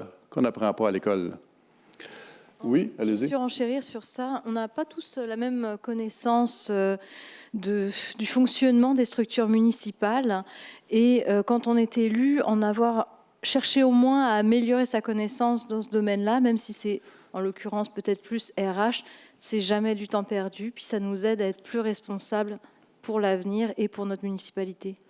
Et finalement, je pense que même un groupe dont fait partie Madame qui pose la question nous a même recommandé d'ajouter de la formation pour les élus. C'est ce qu'on fait. Monsieur Morissette. la formation. Ma question est un peu naïve, peut-être. Là, on entend des nouveaux montants qui s'ajoutent ou qui sont inclus. Ma question est relativement simple. Est-ce qu'il est prévu d'avoir une mise à jour budgétaire dans 4 mois, 6 mois, ou quelque chose comme ça? Bien, on pourrait certainement vous tenir au courant de l'évolution des finances en courant d'année, d'une manière ou d'une autre, mais vous dites des montants qui s'ajoutent. Tous les montants, ou à peu près, là, qui sont inclus dans la liste, étaient prévus?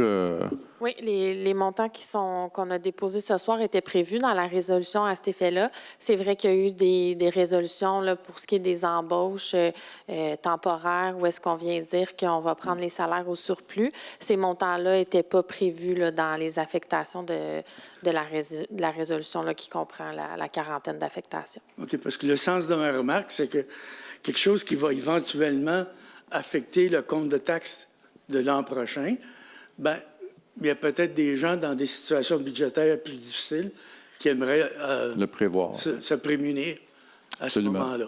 Ben, c'est une bonne question, bonne remarque. Merci. Merci. Je veux juste préciser que ça ne va pas affecter le compte de taxes l'année prochaine, puisque c'est des montants qui sont pris au surplus. Exactement. Mais quand même, si en cours d'année, il y a des choses qui peuvent arriver, qui pourraient éventuellement aller dans ce sens-là, bien, ça va être connu. On va en parler. Là. Vous me regardez avec un air dubitatif, là, mais... Une dernière question, toujours Marilyn Hébert. Quels sont les objectifs de la participation aux assises de l'UMQ? En quoi c'est du réseautage bénéfique pour la municipalité et quelles sont les retombées envisagées? Les associations auxquelles la Ville est membre, soit l'UMQ, l'Union des municipalités du Québec et la Fédération québécoise des municipalités, regroupent l'ensemble des municipalités du Québec. Il y a plusieurs réunions annuellement de chacune des deux associations, mais il y a un congrès annuel de la FQM et les assises annuelles de l'UMQ, où là, c'est très riche en information, en partage de connaissances, en partage d'enjeux entre les différentes municipalités.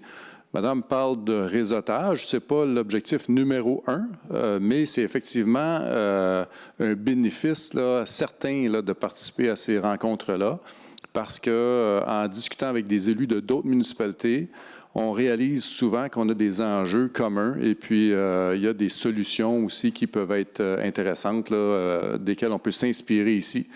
Alors, on va participer au congrès des deux. À ce moment-ci, il y a seulement moi comme élu qui va participer aux assises annuelles de l'UMQ. Plus tard, en septembre, à la FQM, j'espère qu'il y aura d'autres élus qui seront intéressés à participer. On vous tiendra au courant. De toute façon, ça passera par une résolution. Mais c'est très formateur et très utile pour le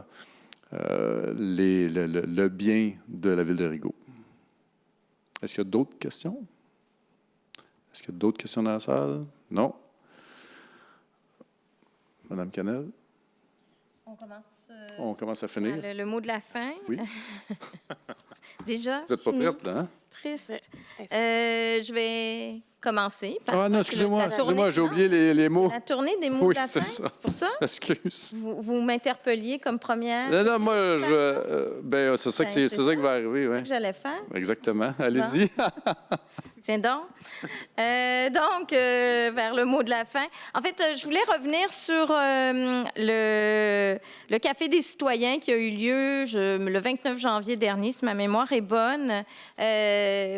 Pour celles et ceux qui ont participé, vous avez pu voir là, une nouvelle formule en transformation avec des bancs. Il y aura éventuellement peut-être des tabourets, mais une thématique qui va être proposée aux citoyens au début de chaque nouveau café. Quelque chose de convivial qui permet aussi des formules de questions directes collectives, mais aussi individuelles. On va essayer de trouver le bon dosage entre un espace collectif, mais aussi la possibilité possibilité de discuter ensemble de plusieurs éléments. J'ai beaucoup apprécié cet événement-là, puis je tiens quand même à souligner le brio de l'animation de mon collègue qui est à ma gauche, Élie Forêt. Donc, on continue, on va miser là-dessus pour construire. Je vous invite à venir. Le prochain aura lieu le 28 février, c'est à la bibliothèque, si vous nous entendez.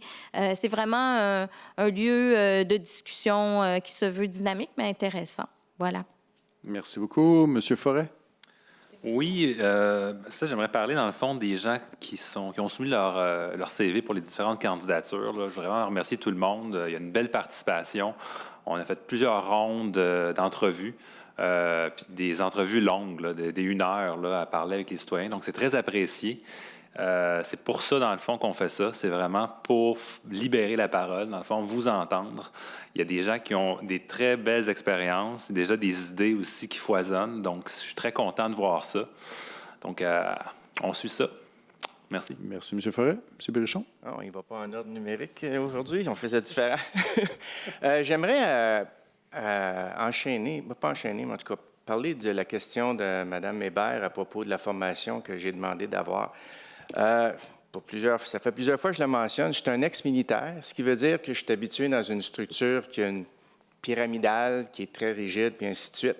Et puis, je ne connais rien dans le système municipal. Je suis très transparent de ça.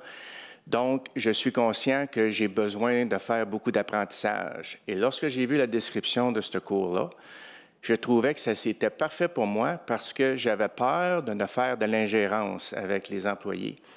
On est chanceux, on a une bonne nouvelle administration, on s'entend bien, puis tout ça, mais on commence à se faire poser des questions par les citoyens, puis des fois, ça demande à ce qu'on veuille poser nous-mêmes les questions à l'administration, puis ainsi de suite. Et puis, j'ai fait quelques faux pas au début du mandat. Et puis, pour éviter ça dans le futur, je me suis dit, bon, bien, j'ai besoin de me faire éduquer un petit peu. Et cette formation-là, si vous la lisez sur l'Internet, c'est ça que ça dit. C'est que ça l'explique l'interaction entre les rôles de direction générale, des ressources humaines, les conseillers et le maire. Donc, je pense que, pour moi, en tout cas, c'est un cours qui en valait la peine. Maintenant, il s'agit de mon mot de la fin. J'aimerais souligner le travail des employés des travaux publics lors des bris des aqueducs qu'il y a eu là, une couple de semaines. On se rappelle qu'il faisait froid cette journée-là. En tout cas, moi, je ne trouvais pas ça le fun pantoute d'être dehors. Et puis, eux autres sont allés réparer un bris, ce qui veut dire travailler au froid, dans de l'eau, à creuser dans des températures vraiment pas intéressantes.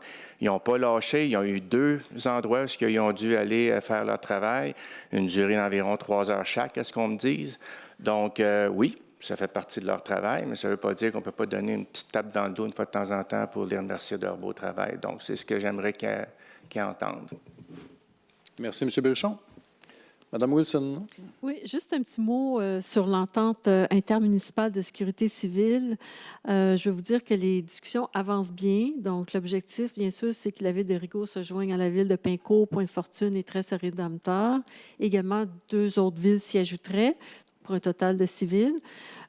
Donc, tout ceci dans le but d'accroître la résilience de la ville de Rigaud, bien sûr. Puis, seulement vous dire que dans les prochaines semaines, prochains mois, on va venir au courant de la suite des choses. C'est tout.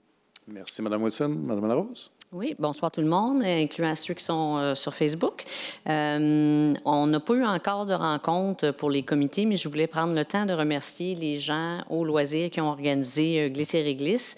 Je suis allée passer 1 heure là en fin de semaine. Il faisait très, très froid, mais malgré ça, les employés avaient le sourire, étaient de bonne humeur, étaient emmitouflés. Donc, un gros merci aux gens qui ont fait quand même une belle réussite, malgré le froid, mais il y avait quand même pas mal de familles qui étaient au rendez-vous et qui ont profité de tout ce que la ville avait à offrir.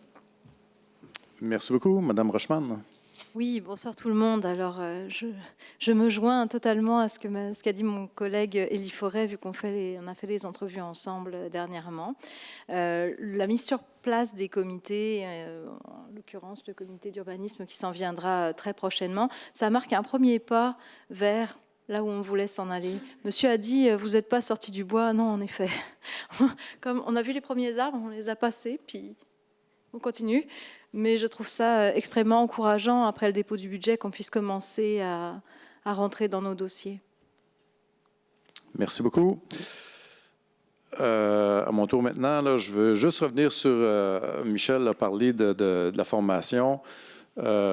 Michel a aussi le mandat, quand il va revenir de cette formation-là, de nous faire un partage sur ses apprentissages pour qu'on puisse en profiter aussi le plus possible.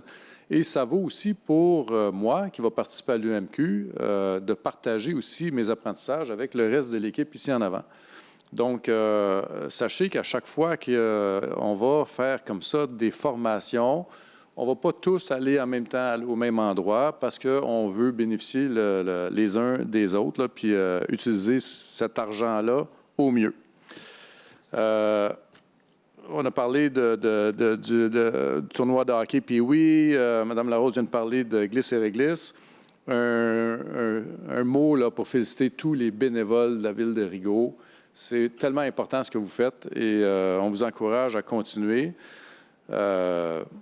C'est très important. On reconnaît votre implication. Moi, je voudrais aujourd'hui souligner les journées de la persévérance scolaire qui vont avoir lieu la semaine prochaine du 16 au 20 février. Persévérer, ce n'est pas toujours facile. Il y a des moments de fatigue, de doute et parfois même l'envie d'abandonner. Ce soir, autour de cette table, chaque membre du conseil porte la petite épinglette là, de la persévérance scolaire.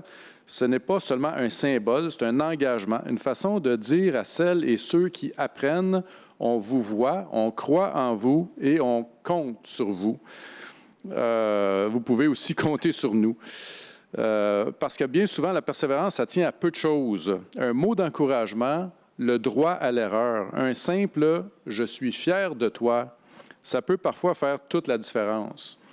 À tous les jeunes et à tous les adultes qui sont en formation dans notre communauté, qui avancent, même quand c'est difficile, on veut vous dire ceci, vous n'êtes pas seul. Parce qu'au final, la persévérance, ça commence souvent par une chose, savoir que quelqu'un, quelque part, croit en nous. Ce soir, ce quelqu'un, c'est nous. On vous encourage à continuer et à ne pas lâcher. Sur ce, je vous remercie infiniment d'avoir été présents ce soir. Merci à ceux qui nous écoutent à distance, puis on vous dit à la prochaine. Alors là, c'est vrai, il est 20h45. Les points à l'ordre du jour sont épuisés. On peut clore la présente séance. Merci. Merci beaucoup. Merci.